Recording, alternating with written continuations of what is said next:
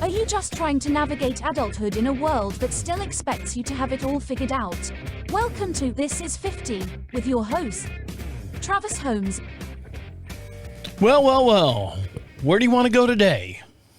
Today? It's just like any other day. There are some things that that's come across that I've come across here in the last week. And a lot of this stuff has been working in the background for a while, but now it's in the forefront. When I say that, in my mind, I've got this idea of what needs to be done and this what needs to be done and all this stuff. And, you know, I'm 52 years old and I do this show. This is strictly for me. If you guys get enjoyment out of it, my pain and suffering, it's a mental health outlet for me because I don't get to talk to a whole lot of people throughout the day. I do a couple other podcasts. I do an entertainment podcast. I do a horse show podcast. I do a satire podcast. But this show is strictly for me. So if you guys enjoy it, and you can get something out of it. It's basically all the stuff that, you know, I'm realizing now that I'm 50 years old. You know, I'm turning that corner and things are different and you look at the world a little bit different in the same way. So this is where this kind of stemmed out to be. I think this is year 3 now. Year 3 of us. I've had a couple people on the show, but I've been doing this for just coming over 3 years. So sit back, relax. We talk about a lot of stuff. I talk about a lot of stuff and the things that you don't think about when you're 50 and the stuff that you were trying to think of. I don't know. I'm rambling. I'm trying to get my thoughts in line here. I've got a cheat sheet here. If you're watching this on the YouTube video, I got a cheat sheet here of all the stuff that I want to talk about. Nothing's really scripted. I just want to make sure I mention these topics. So like I said, I'm 52 years old. Technically, I've got 10 years before I quote unquote qualify for Social Security or retirement or something like that. I'm not sure how that works. I know since I started working at the age of 18, where I got my first physical paycheck, I worked probably, 18 to 52. How many years is that? Let's do some math, won't we? Here we go. Oh, fucking I hate this phone. I don't want the top stories. 52, is it minus 18? Minus 18, yeah. So 34 years, I've technically been in the workforce. Out of those 34 years, I probably have a good solid 17, and I'm shooting high on that. 17, maybe 15 years. Let's do 15 years. 15 years of actual a W-2. Most of my jobs that I've had has been like a 1099 or, you know, subcontracted this and all this other stuff. So I never really kind of ducked under the radar as far as like paying taxes and stuff like that. But I'm now realizing that my Social Security, when I get to whatever age, is going to be, you know, Zippo. I might get $400 a month because I barely paid into it for like 15 years over the last 34. And when I say 15 years, they were in my early years. I had a job, like a part-time job doing the Home Depot thing and all that stuff. Home Depot's been really good to me and I love them and I love the company. I love it so much, Home Depot. Be my friend. But I did work for a couple of other companies where I actually got a paycheck, but a lot of times it was a 1099 or I was waiting tables for a while when I moved back from Miami. And so I don't know if I contributed to my Social Security. So my wife's younger than I am. She's 45. And she's always had a job. She's always had a paycheck. And so she's been, 401k, rollover 401k, from company to company. When one company buys out another company, they just roll everything over and she contributes all that. And she's got a retirement. She's got, and I make her do the retirement. I'm like going, babe, whatever we don't need at the end of the month, put that in, 401k or whatever. And I've got a Roth IRA, and not to get into our financials, but that's where this story is going. So my wife says to me, we're getting ready to sell the last property that we have in Florida. It's just outside of Deltona. Well, actually, I say just outside of Deltona. It's in Deltona, right off the exit, right on the waterway. The St. John's Monroe Lake Monroe, St. John's River. It's on that lake. So it was a rental property for a while, and now we're in the process. You know, the property has come back. You know, the housing market has come back in Florida, and so we're like, oh, you know, we're ahead of the game. We're gonna make some good money on this house. You know, 6-figure type money. And and I told you I was went down there for a couple of weeks to work on the house. So my wife goes to me. We're driving around the other day, 3 or 4 days ago. No, I'm sorry. Take that back. 3 or 4 weeks ago. This is why I'm saying that this whole thing's stewing. She said, you know what I'd like to do? I said, what is that? My love. My love of my life. She goes, my friend Teresa. I always throw Teresa out there because I think it's a funny name. Teresa has a tiny house on her property. I said, yeah. She's like, that thing, and it's in the middle of nowhere. There's no like theme parks. There's no like historical district. There's nothing out there where she's at. But what's happening is Teresa has this tiny house on there, and she says it's booked year round. I said, okay. She goes, because they're building up so much around that area, instead of like contractors getting hotels and having to drive, 40, 50 miles in and out of wherever they're building, because we live out in the middle of nowhere. And so does Teresa. She's been renting this tiny home for, I don't know how much it was, but it's booked year round for the last 2 years. So my wife goes, what do you think about putting a house on the backside of the property there? Because, we have 22 some odd acres. I said, well, we're going to do that with my dad, but my dad wanted like a brick structure house, and it kind of got out of his price range. And we said, no, nix that. But you can buy, $45,000. They'll bring a freaking tiny home. All you got to do is hook up the plumbing and pick out whatever fixtures you want. We have the septic tank already perked up, not perked. It is perked. Yeah. And we might have to spend another $15,000 to have the septic tank and all the electrics hooked up and a pole out there and all that stuff. So for $60,000, my wife says, but you'll have to, because you're on the property all the time, and I broadcast just outside of Charlotte, North Carolina, a little town called Marshville. We, like I said, 22 some odd acres. You would have to go in there. If renters or anything had any problems, you would have to be the landlord because she works in Charlotte. I said, okay. I said, how much are they getting? How much is Teresa getting for the house every month? Oh, I don't know that. I said, okay, that sounds great. I said, find out how much she makes, per month, per year, whatever it is. And, costs and, the whole schematic, a business plan. She got a business plan. Let's see her business plan and go from there. So I tell you this to tell you what I'm about to say. I tell you that to tell you this. I came across a piece of property, business property. And before I got excited, I jumped right into it because my wife's very famous for jumping into stuff. I said, wow, this would be a really, really good idea. This would be a really, really like a game changer as far as putting away for retirement and putting away, in 10 years time, both of us would be able to stop working altogether. And I kind of pitched it to her and she goes, I'm like, okay. So I want your opinion on this. Am I going the wrong direction? And I'll tell you what it is when we come back here. I'll tell you what it is and give me your thoughts. If you've done this or had anything like this before, I want your opinion on it. I'm off my game. And it's messing up everything. It's messing up all my other shows and stuff. It's messing up my game. So I'll dive into that also right when we come back. So stick around. I'll be right back.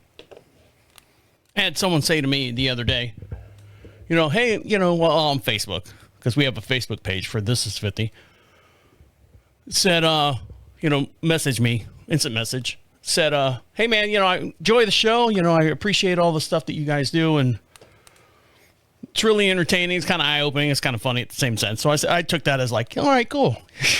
Great. I'm glad you're enjoying the show. And then I got one new fan. Actually, I got two new fans because we had Kev on the show, and he told a story about him dying twice. If you haven't heard that one, go back and listen to that one.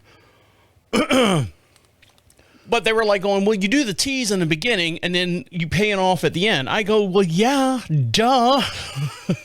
There is a structure of the way the show flows, because 9 times I'm gonna tell you right now, curtain up, 9 times out of 10 when I start the show off, it's something I need resolved, and I kind of resolve it at the end, but all the stories in between let you know my train of thought as far as how I deal with other situations and everything that leads up to, okay, and then this is what actually happened.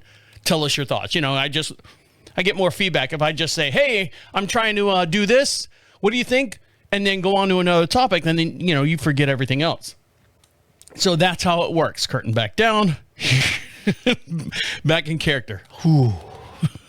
Back to Travis. Travis Holmes, the regular guy who's 52 years old doing this for mental health. And it is mental health. My wife said to me today, it's been raining the last 4 or 5 days. I go, yeah, I know. Oh, I know. I step outside. It's freaking hot. What are you going to do when you get back from grocery shopping? Because I go grocery shopping every Friday, and I pick up my dad's groceries. That's going well now. I said, I don't know, babe. I said, I got a little bit of work to do upstairs from Wednesday's show. And I said, it's hot. Why don't you paint I said, I'm not painting anything. Outside, I'm not painting anything, babe. Look at me. I'm standing in front of her. I'm sweating. Because I come from a long line of sweaters, but it's hot outside. We've had, it's a nice sunny day, but that humidity, whew, it's killing me.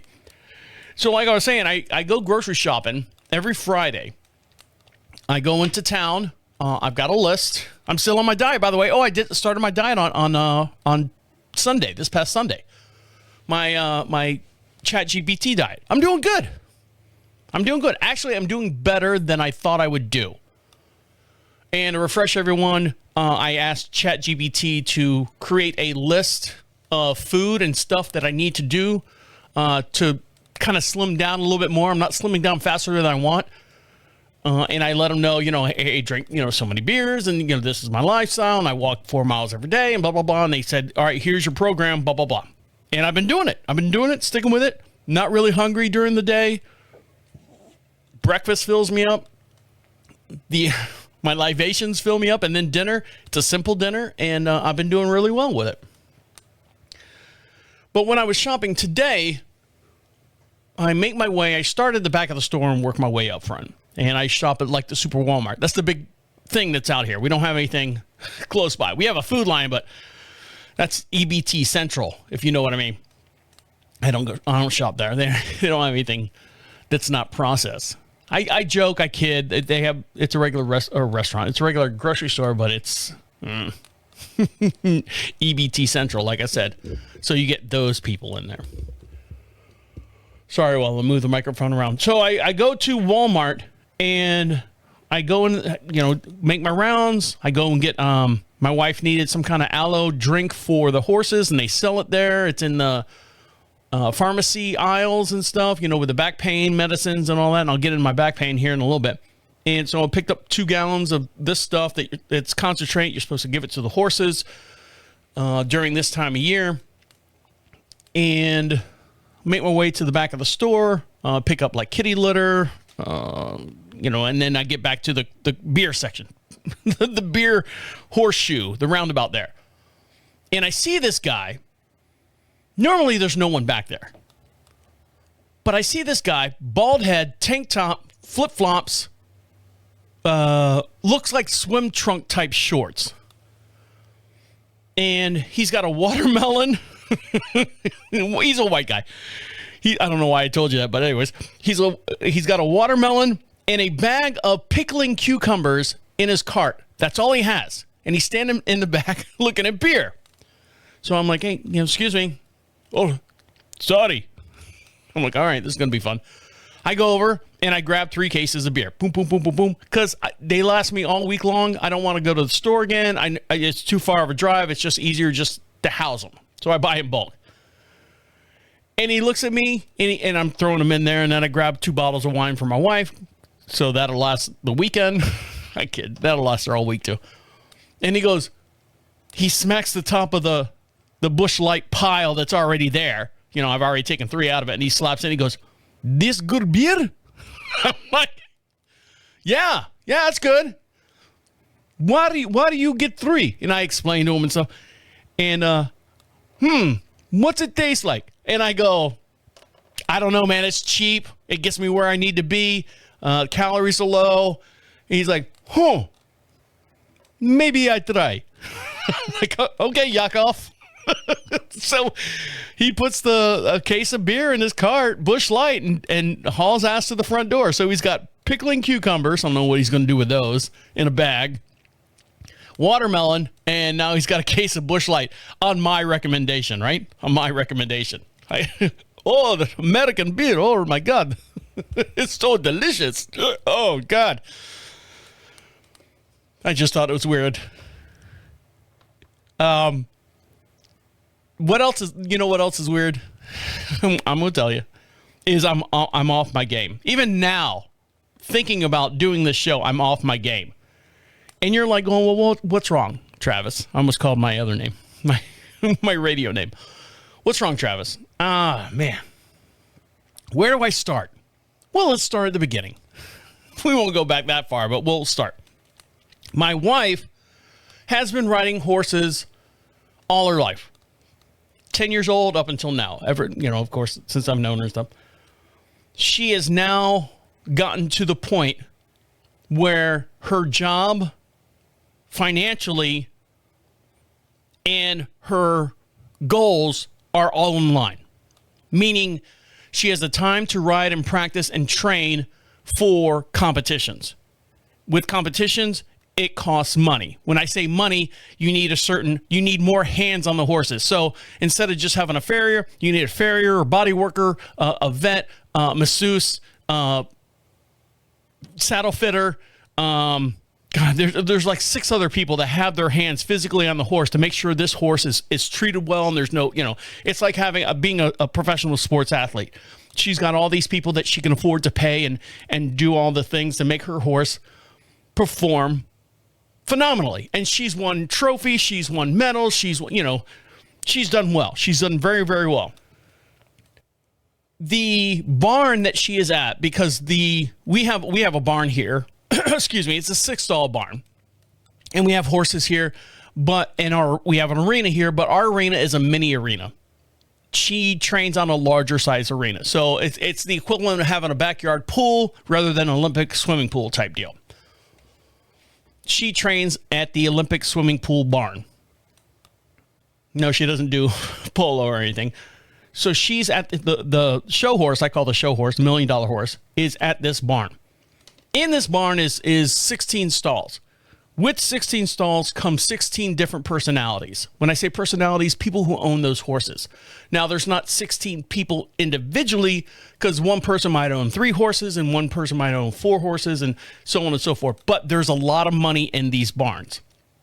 And the reason why I say there's a lot of money in these barns, she has a friend that she rides with. When I say rides with, she just happens to be out there at the same time that Amy's out there, and they kind of ride together and they train, they bounce ideas off of each other. And she said, my friend Eve this and Eve that. I'm like, oh, okay, that's great. And then she's got my other friend, Patty, my other friend Selma, my other friend, all these other people. And I'm like, great. You've got friends and stuff that you can, talk about horse stuff and be horse people together. And now she's moved her horse to a different location. And I said, okay, cool. Where'd you move it to? Oh, we moved it over to Eve's place. Oh, really? Eve. Okay, great. What does she have? Oh, she's got 100 and some odd acres. She's got, this huge place and facility and stuff like that. And I said, okay, great. She goes, she's married to a radio guy. So you and her husband might have some, commonalities. I said, okay. What radio show does he do? She goes, you ever heard of John Boy and Billy? I said, oh, yeah. Those guys. She's like, why do you say that? I said, well, coming up in the radio industry, when I was on TKS for a while, Monsters was our flagship. If you ever listen to WTKS out of Orlando, Monsters in the Morning were our flagship, and John Boy and Billy were like our competitions, syndicated and stuff. So I was like, those guys, they can be whatever. She's like, well, John Boy's retiring. I said, okay, cool. What do you want me to do? Well, he wants to get into podcasting. I said, does he really? She said, yeah. And Eve, his wife, has told him about you. And I go, okay, hold on a minute. Wait. What do you mean told him? Well, he's doing, he's retiring and he wants to, do a podcast. And he doesn't know how to do all that. I don't know the details of it. I'm just kind of paraphrasing here. And they've listened to your show. And I go, oh, what? Now I understand, if you look at my numbers and stuff, I've got, tens of thousands of listeners between all the different shows and stuff. And it doesn't bother me. It doesn't bother me when I've got those kind of numbers. I'm not sitting there trying to dedicate myself to each individual person. I'm just trying to do the best show I possibly can within these four walls here. But when she says that John Boy from this famous show, if you don't know John Boy and Billy, from this famous show that's been on for 30 some odd years and, breaking the groundwork and allowing other people like us to do the jobs and be more acceptable in the public eye, is listening or heard or knows who I am type deal. It's kind of unnerving. So I'm doing the shows for the last two weeks with this thought in the back of my mind that this guy who's been doing, whatever for any length of time, professional, you can call him professional, you can call him whatever, you can just call him, I don't want to say a legend, but you can tell that he knows and he's been around the business for a long time, is listening to the shows that I've been doing here out of, this little property that we have, and he's familiar with who I am, puts that little thing, that thought in the back of my mind, well, you need to make this show perfect. You need to make this show 100% whatever. And last week, I got done with doing one of the shows I was doing. My wife came home and she's like, well, how'd the show go? I said, look, babe, I said, I've got to do something. I said, the only thing that's on my mind, because I've never met the man. I've physically been on his property because my wife has her horse there now. And, I got to drive around his property, and it's kind of like, it's nice. His house isn't there. It's just his property. And he's got like what are those, barnuminiums where it's part barn, part house at the same place.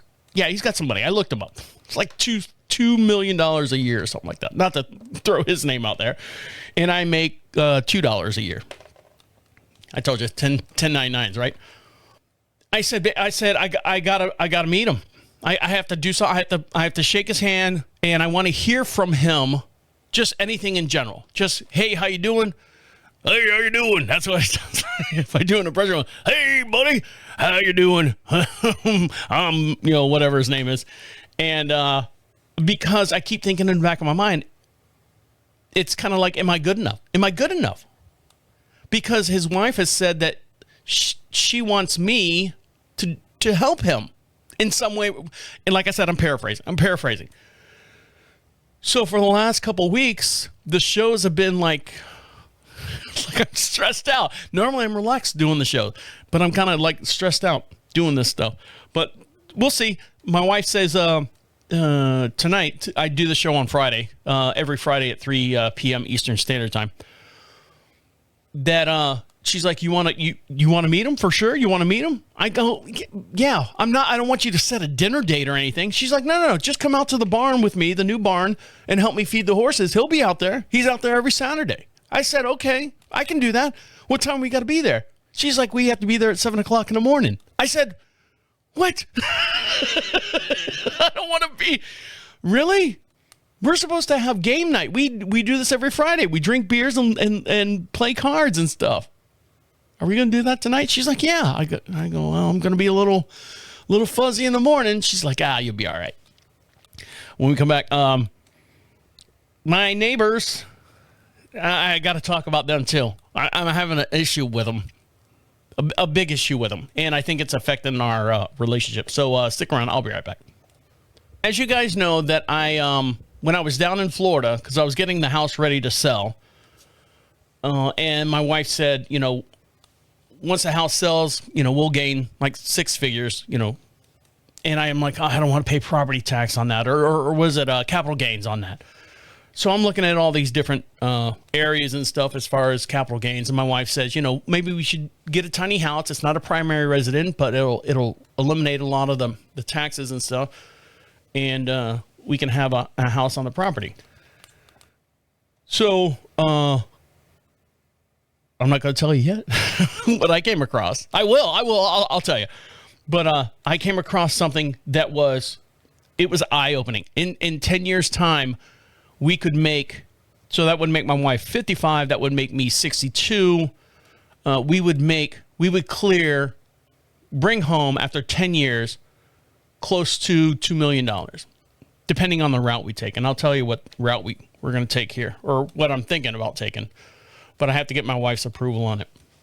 My neighbors next door, every day it's something. And it's getting more and more irritating because I don't know where we stand anymore as neighbors. This is the same neighbors. I used to do their prom parties. This is the same neighbor that, hey, can I borrow your tractor? Yeah, go ahead and borrow the tractor, and fill it up, and I'll fill it up and do all this stuff. I'm like, all right, fine. And I think that's where it started. Because he borrowed my tractor one time, and I've got a big, huge 3876 Kubota tractor, front end loader on the back, bush hog, whatever. I got like 16 different implements that go on the back for the PTO. Auger, landscape rake, a blade, bush hog, and there's a couple other things that I got. So he borrows a tractor, and the one time, this is like a year and a half ago, he's like, hey, man, it stalled out on me. I'm like, okay. What do you think's wrong with it? He's like, I don't know, there's codes and stuff. $700-800 later, fix the tractor, and he's like, well, I bought fuel for you. And when he buys fuel, diesel, he leaves it outside his garage, that big $140,000 workshop that he has. He buys fuel, sticks it outside his garage in the weather and on rocks. Now, if you don't know anything about storing fuel on concrete itself gets cold. Cold turns into moisture. Moisture will chill the bottom of gas cans and stuff. Water will actually drip inside your gas cans. If you didn't know that. Throwing it out there. So when I store all my fuel, it's on wooden, like 2x4s and stuff. I got like an old pallet back there, and it just sits on the 2x4s. And I told him that. He goes, nah, it should be fine. All right. So I take his 2 5-gallon jugs of diesel, and I put it in the tractor, and I'm starting to work, a couple months later, or whatever it is, say 8 months later after it stalled out the first time. And I'm driving it around, and it does this exact same thing. Stalls, just craps out. Call them again. They come over. They pick it up. They service it and bring it back to me. Another $600. And I said, hey, Nathan, it happened again. Oh, man, that's a shame. All right. It's a shame. $60,000 tractor. Fine. Yeah, it's a shame. Now, he didn't say it that way, but, that's the impression that I got. So he hasn't asked for the tractor. He needs a tractor himself because he's got 18 acres next door. He needs to just man up and buy one. Or we could sell him his, and he can have all our problems with it. But the dilemma that I'm running into is I think there's a little animosity between the two of us. It's this tension underneath the radar because one thing, I told you that his dog, I was locking up the chickens at night in the chicken house, and I came out there, it was like 9 o'clock at night, and we have spotlights and stuff, and I triggered one of the spotlights going out there to the chicken house, and he's got this big white, almost like what is it, Saint Bernard, but it's not a Saint Bernard. It's like a Labrador, but it's like long hair white dog. Aggressively in the middle of the night, I say middle of the night, 9 o'clock, came out through the bushes, through the dark, into the light, and was like literally teeth snarling, yelling at the top of my lungs. Come get your fucking dog. Nobody can hear me. I'm out in the middle of fucking nowhere on the property. So I'm texting him, oh, he's back at home now. I'm sorry he pinned you into the chicken house area. I'm sorry that he came out and gnashed you. Okay, everything's fine. Yeah, sure, that's fine. He's got ducks. And another thing, right? It's country people. But he's got, I don't know, like 20-something ducks. And he's got them all caged off on his property. When I say caged off, he's got like a electric fence for ducks. It's like 4 feet tall. It's full of mesh, and he's got, maybe half an acre wedged out for him. The ducks break out and always end up in our chicken coop area. They're eating their food. They're drinking the water. Now, if you don't know anything about ducks, they put their bills in the water and blow mud out to clean their beaks, their nostrils out. So in my watering hole for my chickens, it's full of mud. So I got to fucking dump that out. Half the chicken food that I get, it's gone because the chickens couldn't get it, and because the ducks are like bullies and stuff. I'm like, God damn it. Dude, your ducks are over here. Come get your ducks. And then they came over again. And their son, this never happens when the dad's home. When the son who, ba-boom, ba-boom, ba-boom, he's playing tennis on the thing. I'm like, hey, man, what is it, sir? You're fucking, I can't say fucking around him, but this is the intention level that I had. Your fucking ducks are over in our coop again. Can you come get them, please? Well, why'd you let them over there? Oh, I wanted to fucking smack them. Come get them. So they go back over there. He gets them, brings them back over there. And then I'm mowing the lawn the other day. I know. No wonder you've got problems. I'm mowing the lawn, and they've got like a little garden area out front, and it's on the opposite side of the house, which is probably, I don't know, 1,000 yards away, but I can see them. 1,000 yards. I exaggerate a little bit. They break out of the front of the garden that's gated off. They come out. The army of ducks. The army of ducks are coming down and they're waddling. They're cute. Yeah, they're cute. I see them come across the yard. Their yard, not mine. And I'm mowing. I'm doing strips in the front of my yard, and I can see through the cypress trees that separates our property. And they're getting closer, and they're getting closer. And I go, these motherfuckers, they're heading straight to my house. So I get my phone out because I'm listening to, music and stuff. I get my phone out, and I start to hit record on my video thing on my phone to videotape them, because I'm like going, look, basically this is what's happening. Your fucking ducks are coming over here and causing menace. They're scaring our chickens. They're doing all this stuff. Your dog's running over here every fucking day and stuff. Oh, let me get to the dog here in a little bit. And the daughter comes out of the $140,000 workshop. And I'm like, hey, she's like 16. What? Your ducks. Go get them. And she's like, oh my God. And she, pushes them back. What triggered me off the most about this whole situation, and I think we're going to be neighbors now. We're not friends anymore, as far as I know, but we're neighbors. His big white dog, I was bush hogging the front pasture for the horses. So I'm on the tractor, Green Acres is the place for me. And our front pasture runs right next to our house, driveway, and then our yard. I see this big white thing come darting across our yard. His dog. It's easily a 95-pound, if not a 100-pound dog. Comes darting in front of our house, takes a turn on the driveway, and starts running up the driveway to the garage. Chickens go flying. My chickens, because they run across the property. They go flying. Get on my phone, text them, hey, your dog's over here chasing our chickens. The answer I got back from him lets me believe that we are pretty much fucking done. He goes, nope, chasing a cat. I said, well, you did not see what I saw. He goes, I saw the white dog, I don't know what call the dog's name, run across our property chasing our cat.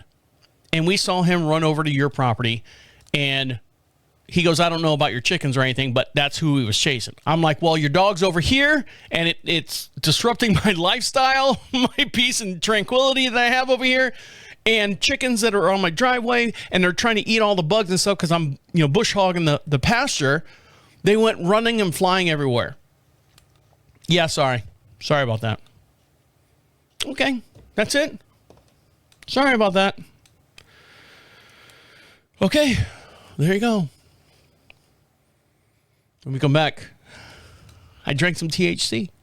I did. I drank it. I'll tell you what happened when we come back. So stick around. I'll be right back. One of the shows I listen to, I still listen to WTKS up here in Charlotte area. Because I like listening to I listen to all the shows on WTKS. It's a talk station. I listen to them all. I've known a lot of them for a very long time. And so it's just nice to hear what's going on in Orlando because it's just kind of, reminiscence of home and stuff. One show was talking about that THC drinks are now available at like the local liquor store. Goddamn local liquor store, man. So I told my wife that you don't need a card or anything for it. Do you want me to get you some? Oh, yeah. Because now we've done gummies. When we were in Vancouver, we did gummies up there. What else did we do? When we were in Nashville, it was legal there, so we did edibles there. And we kind of liked it. It was kind of fun. It was nice. It was relaxing. It was different. And so in Florida, they have these THC seltzers. No alcohol, no nothing in them, just straight seltzer and then THC in them. I said, babe, you want me to grab you some? She's like, yeah, grab me some. Put it on your shopping list. Go up and get it. So I went into a place and found them for an 8-pack of the regular 12-ounce. They look like little Red Bulls and stuff. 12-ounce 8-pack was $35. I was like, whoa, that's a lot. They better do some shit. So I drank one night. My wife was out of town. She was at a horse show, and I drank one night. But I already had like a 6-pack or 12-pack or 18-pack or a case of beer. I can't remember what it was. But I did have some beers that night, and I was like going, well, let me drink this to relax and chill out. And so I drink it, and at 9 o'clock, and then like 3 o'clock in the morning, I was like going, and I just chalked it up to, the beer combination. So this past Sunday, my wife, again, at a horse show, or was doing something horse related. And I said, I'm sitting here watching, I'm watching The Gilded Age, which it's good. It's fun on HBO Max. And I'm sitting there and I go, well, it's 12 o'clock. It's 12 o'clock somewhere type deal. And I go, well, let me try one of these seltzers. So I make myself some lunch and I crack one open and I take like 2 or 3 sips and set it down, finish my lunch. And I'm watching the show. I'm like, yeah, there's nothing. I got nothing. And I'm reading the thing. I'm like going, side effects or effects might take 10 to 15 minutes to, manifest. I said, all right, 10, 15 minutes. I'll 2 sips. I'm going to sit here for 15 minutes or 10 minutes and see what happens. Nothing. So I take like 2 more sips, wait like another 10 minutes. And I'm like playing video games and stuff. I take 2 more sips. Nothing. Now I'm at almost, if I start at noon, I'm almost like 1:45. I said, man, it's not doing it. What's wrong with me? Am I broken? So I said, well, I got like maybe a third of it left. So I just kind of chug it and just set it down. I'm playing video games and, Call of Duty stuff. What normal adults, 52 years old do. Kicking my ass. And all of a sudden, I'm like, you know what? I think I want a bag of chips. I want a bag of chips. And I eat we had cheesy taco Cheez-Its, brand new out there on the market. Highly recommend them. And then I started eating something else. I just went in the pantry. I'm like, ooh, haven't had these in a while. I had the munchies. And then 3 o'clock rolled around. I was full blown. Wah, wah, wah, wah, wah. I didn't like it. And the reason why I didn't like it is because marijuana itself is a cerebral high. When I say cerebral high, it affects your brain, it affects your eyes, it affects your ears, it affects that type stuff. And then it kind of, translutes throughout the body. The THC, I'm looking at it's like Delta 9, derivative. I'm like going, what the fuck is Delta 9 derivative? It was more of a from the neck down, and I had problems like I'm gonna die. So and that lasted for probably, I don't know, another hour and a half. And then I was like going, phew, not doing that again. My wife can have the rest of them. Go ahead, babe. They're all yours. I think there's like 4 left in there. It's all yours. Because we gave a couple to our new neighbors that are behind us and stuff. So when I say about dying, I almost died or felt like I was dying. Because of all the rain and stuff that we've been having here on the property in the North Carolina area, I haven't been able to do my weekly chores as far as like mowing the lawn and keeping the lawn trimmed and keeping everything down and all that stuff. And I haven't been doing my 4-mile walk because every morning I get up, it's fucking raining, and I'm like going, well, what the fuck am I going to do? Grab a beer, enjoy the day. So my wife goes, it's Thursday, this past Thursday. What are you going to, actually yesterday, sorry, this past Thursday. What are you going to do? I said, well, if the rain can hold off, I'm going to mow the lawn and stuff. Okay. Sounds great. I'm done. All right, cool. So before I mow the lawn, I get the weed whacker out, and I have a pattern, do close to the house, then do the outskirts of the house, and then go up and down the driveways, and then trim all around the fences and stuff, and then I come back. It's one big circle snake pattern and stuff. Normally, I can do just about all of it within 45 minutes. My back, my pussy, and my crack. No, my back has been bothering me because I don't know. It's been, I've got 2 crushed vertebrae. You guys know that already. But because of me not being active for 3 days and not, doing my walk and stuff, I would walk 20, 30 feet and I'd have to set the weed whacker down and fucking, don't get me wrong, it's fucking hot out there. And I'm like, oh, fuck. Pick it back up, walk another 20, 30 feet, and I got my yard trained, so it's not like overgrown or anything. And I'm like, oh, fuck, put it down. And I'm stretching. If you're watching me here on the YouTube video, I'm stretching. I'm trying to, up this arm this way, and it's my lower back. And I'm like, oh, and I'm kind of doing the crunch, like if you're going to do a jackknife into a pool, and I'm pulling my knees up to my chest. And then, my back hurts. It hurts all the time, but normally if I get out there and move around, it doesn't hurt. It's stationary stuff. I told you I was watching The Gilded Age. And I'm in season 2. So in the middle of season 2, not to give anything away. So if you haven't watched it, you're going to watch it. Spoiler alert, okay? The niece of the aunts, it sounds weird in itself, falls in love. I'm sorry, not the niece. Sorry. One of the sisters. I know I'm all screwed up. One of the sisters in the older money house falls in love with a priest. They were allowed to marry back then. The priest is the oncologist from House. So if you ever watch House, his, the oncologist, the other guy on the show is the priest during the show. Looks exactly the same. I don't know, just doesn't age or whatever. And one of the scenes that he did, he stood up. His name is Luke in the show. Luke stood up and quickly sat right back down. And one of the sisters goes, are you okay? And he's like, yeah, I got a little bit of back problem and stuff. I'll be okay. Fast forward to the next episode. Oh, you should see a doctor. So he goes and sees a doctor. The doctor gives him some ointment, and he's like, it's not working. It's not working. And then another doctor sees him and goes, you need to basically make your last will and testament because you have cancer. So, and then the next episode of that, he's dead. He's gone out of the picture. So I'm out there.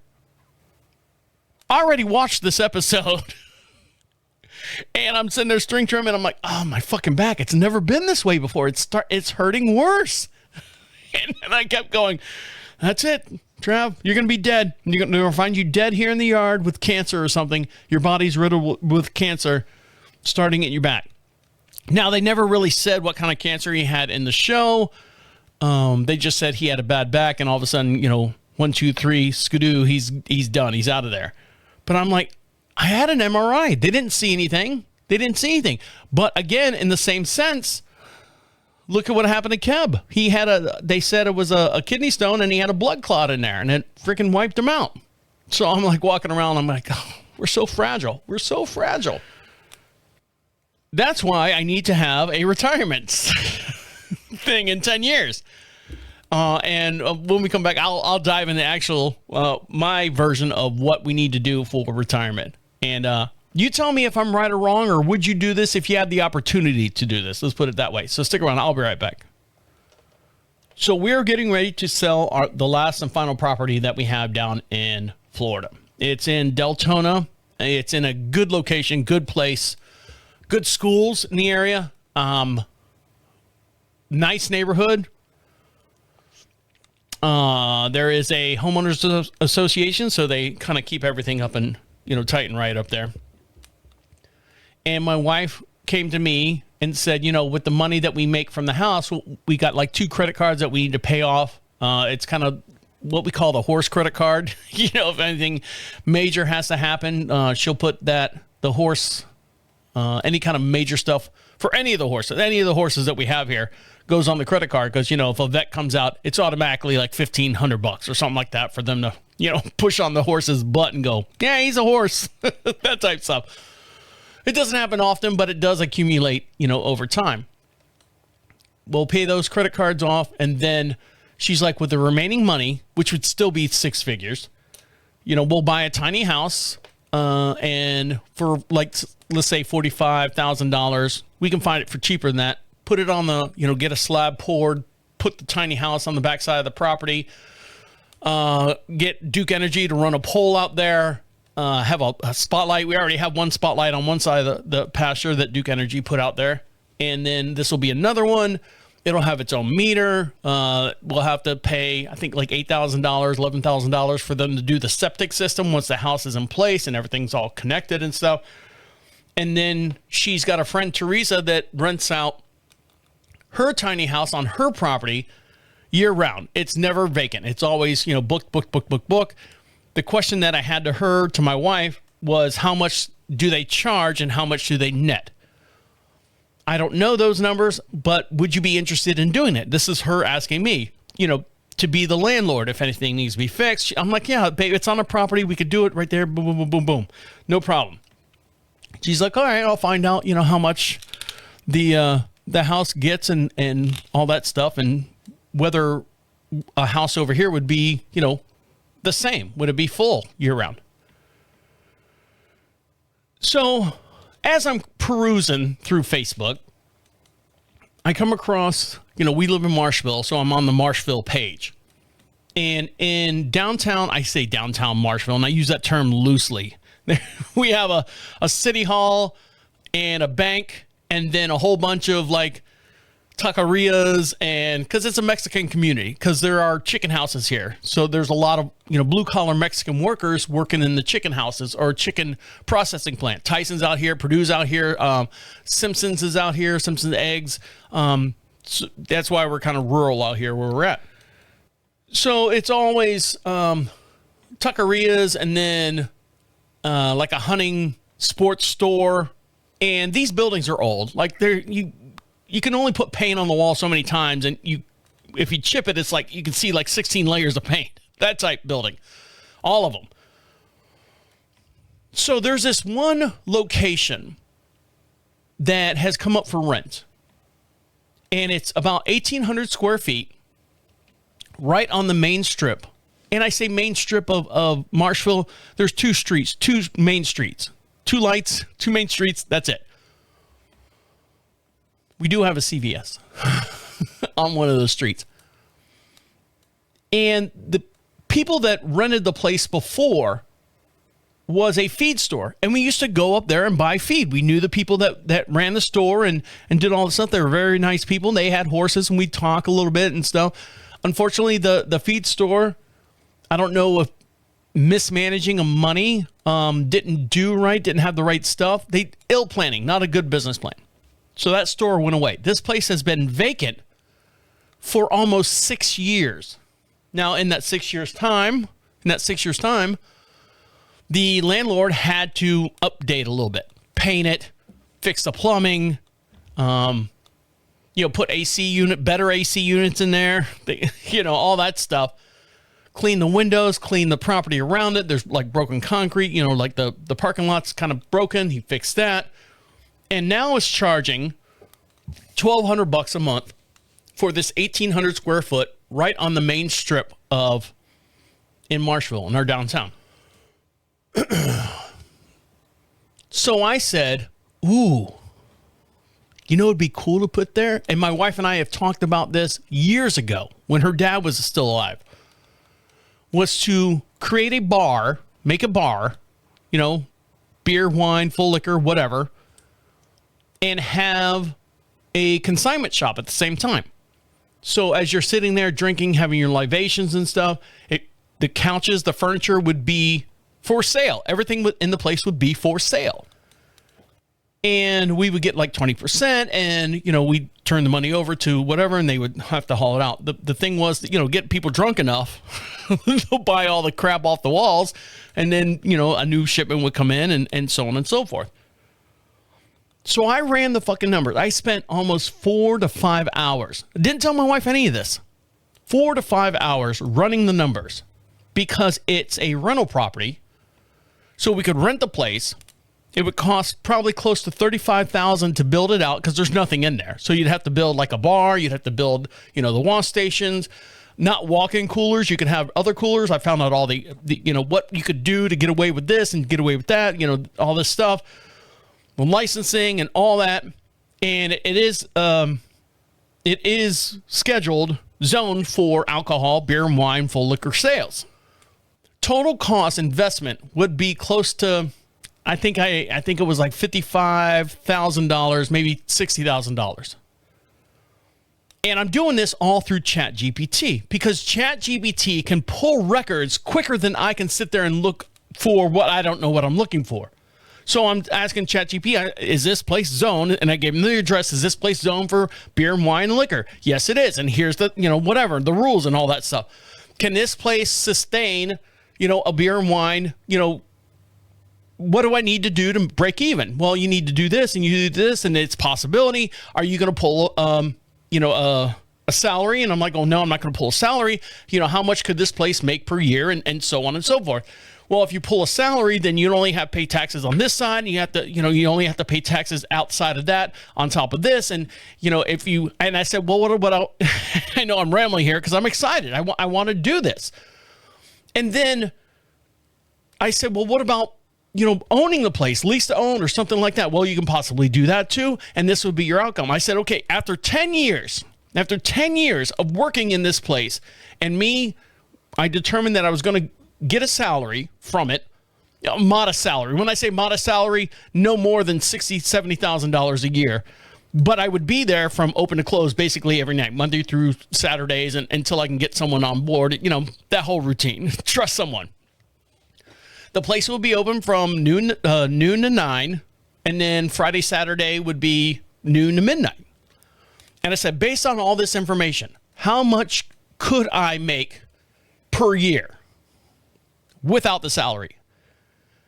And it said if it was you and another bartender and a doorman, making whatever, you would clear, I think it said like $210,000 for me to basically take home, but I got to pay taxes on that. So you can pull $30,000 out of that.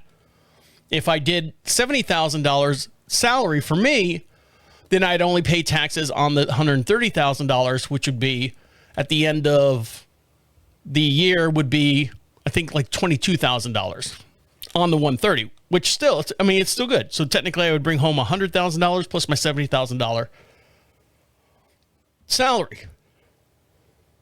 I said, what if we were to buy the place? Well, you want to do that? Yeah. ChatGPT's telling me if you do that, you could do this and do that, so on and so on. I said, okay, 10-year plan. Here's where it gets interesting. Are you ready? Get your pens and paper out. A 10-year plan. ChatGPT, listen up. 10-year plan of me renting the property for 10 years, getting a salary. How much would I net at the end of 10 years? It said $1.7 million. If I just basically, a little bit of updates, a little bit of this, everything's paid for. Out the door, $1.7 million after 10 years. I'm like, okay, great. What if I was to own the place? Well, you'd lose out in the front part, but you'd gain it all in the back, and you would have a property that would be yours. Well, how much would I make? $2.9 million. Great. Perfect. How much would a tiny house, make in 10 years' time, renting it on our property? I gave them our address and, all the stuff, all the information that ChatGPT needed and would look at. And it said after 10 years, I would make $296,000. After 10 years. I don't know about you. $296,000 is a lot of money, but it's not as much money as you need to retire. So I bring this to my wife, and she's like, we'll think about it. I'm like, what do you mean? What do you mean you think about it? And I was excited. I was all gung-ho. I said, I got all the numbers. I got everything. We'll think about it. I said, okay, we'll think about it.